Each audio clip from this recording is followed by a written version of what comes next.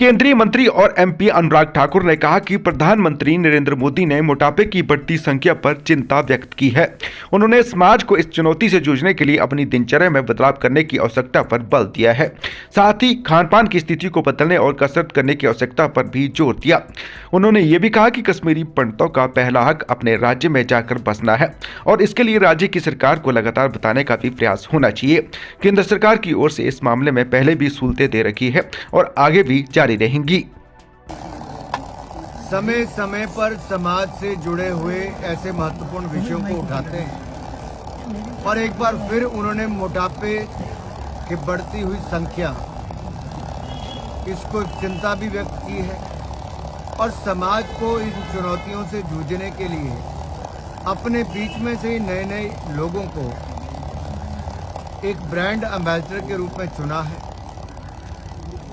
और मुझे लगता है मोटापे से मुक्ति पाने के लिए लोगों को अपनी दिनचर्या में बदलाव करने की आवश्यकता है। खान पान कैसा हो, स्वास्थ्य को तंदुरुस्त रखने के लिए कितना व्यायाम किया जाए, कितनी नींद पूरी की जाए, स्वस्थ कैसे रहें ताकि देश के हेल्थ सिस्टम पे भी बोझ कम पड़े, आप भी स्वस्थ जी सकें।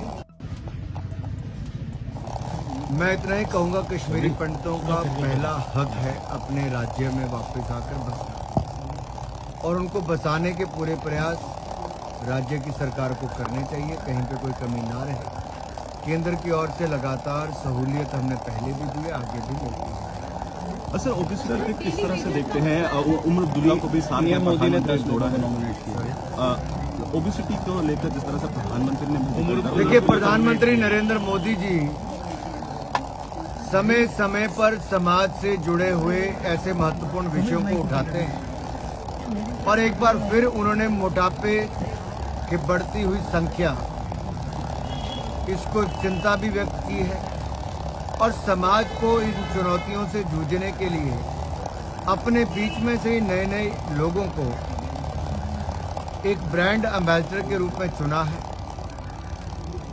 और मुझे लगता है मोटापे से मुक्ति पाने के लिए लोगों को अपनी दिनचर्या में बदलाव करने की आवश्यकता है। खान पान कैसा हो, स्वास्थ्य को तंदुरुस्त रखने के लिए कितना व्यायाम किया जाए, कितनी नींद पूरी की जाए, स्वस्थ कैसे रहें ताकि देश के हेल्थ सिस्टम पे भी बोझ कम पड़े, आप भी स्वस्थ जी सकें।